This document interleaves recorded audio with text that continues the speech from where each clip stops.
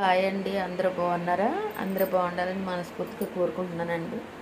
ఇదిగో morning tiffin చేశానండి. నేను ఇడ్లీ చేశాను.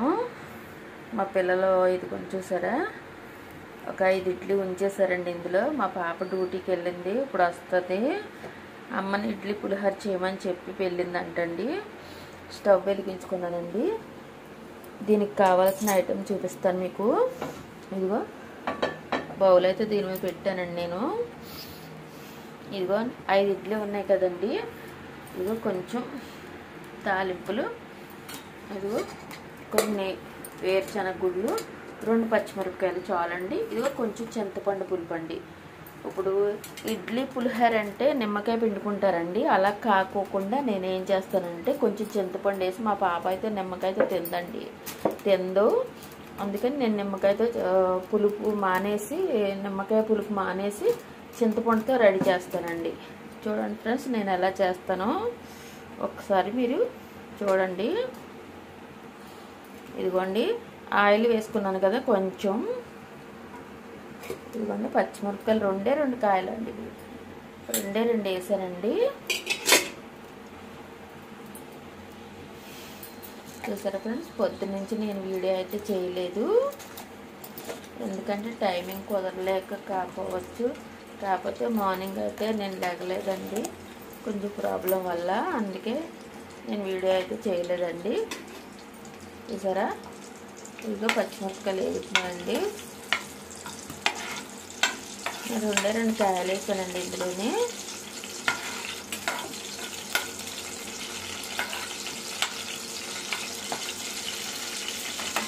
వేగుతున్నాయి కదండి. ఇందులో ముందుగా ఇగో కొంచెం వేరుశనగ పల్లీలు అండి ఇవి వేసుకున్నాము.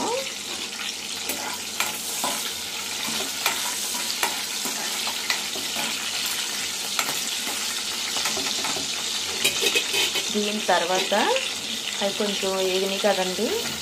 ఇవ్వండి కొంచెం తాలింపులు వేసుకుందామండి ఇందులోనే.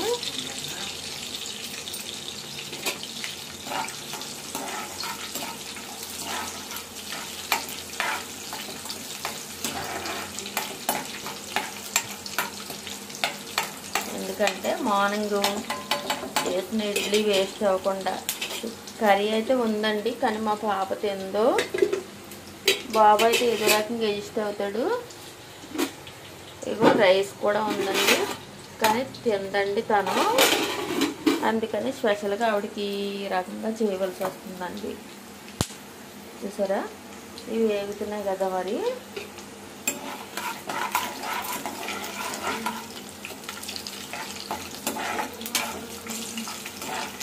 ఇవైతే వేగిపోయింది. ఇప్పుడు ఏం చేస్తామంటేనండి, కొంచెం పసుపు వేసుకుందామండి ఇందులోని.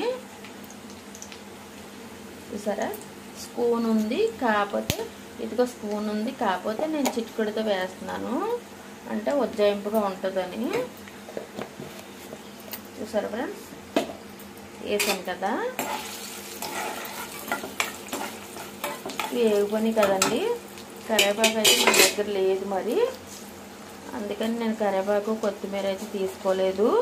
ఇలా కూడా చేసుకోవచ్చు, ఎందుకంటే కరివేపాకు అనేది వేరే పక్కన పెట్టుకోవడం. కాబట్టి ఇది కొంచెం జీలకర్ర వేస్తున్నాను చూడండి. ఇదిగోండి చిటికెడు జీలకర్ర.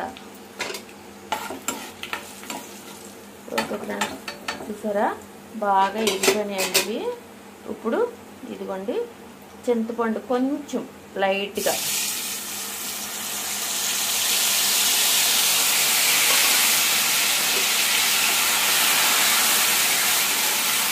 ఇది ఎలా అంటే పులిహోర టైప్ అండి, ఇది ఇడ్లీ పులిహోర.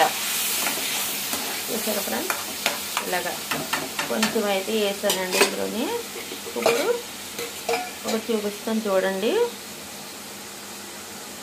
ఇదిగోండి ఇడ్లీ మిగిలిపోయినాయి అని చెప్పాను కదా. ముందుగా ఈ 5 ఇడ్లీలు కలుపుకొని పక్కన పెట్టుకోవాలి. ఇదిగో 2 చిటిపాను. ఇదిగోండి ఇది 4 ఇడ్లీ. ఇలా కలిపేసుకుని మొత్తం బాయిల్ చేసుకుని, ఎందుకంటే ఇడ్లీ పిండిలో సాల్ట్ వేసేసుకుంటాం కదండి మనం ఇంకా సాల్ట్తో పని లేదు మనకి. చూసారా ఫ్రెండ్స్, మొత్తం కలిసిపోయింది.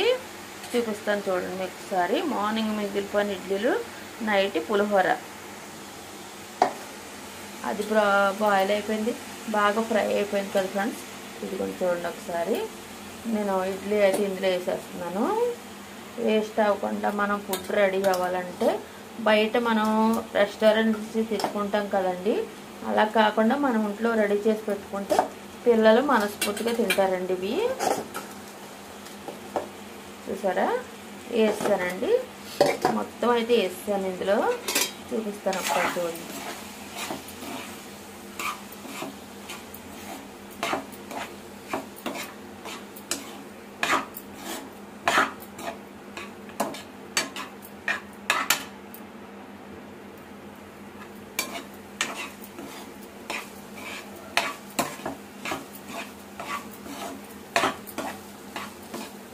ఇలా చేయడం అనేది మా చిన్నపాపకి అయితే చాలా ఇష్టం అండి. పాప మొత్తం డ్యూటీ నుంచి రాగానే వాటితో తింటుంది, తనకి ఇష్టమండి. ఇలాగా వెళ్తుండగా మధ్యాహ్నం డ్యూటీకి వెళ్తుంటే చెప్పిందంట అమ్మని ఇడ్లీ పులిహోర చేయమని చెప్పి, అందుకని ఇప్పుడు చేయవలసి వస్తుందండి. ఇది చూసారా ఫ్రెండ్స్,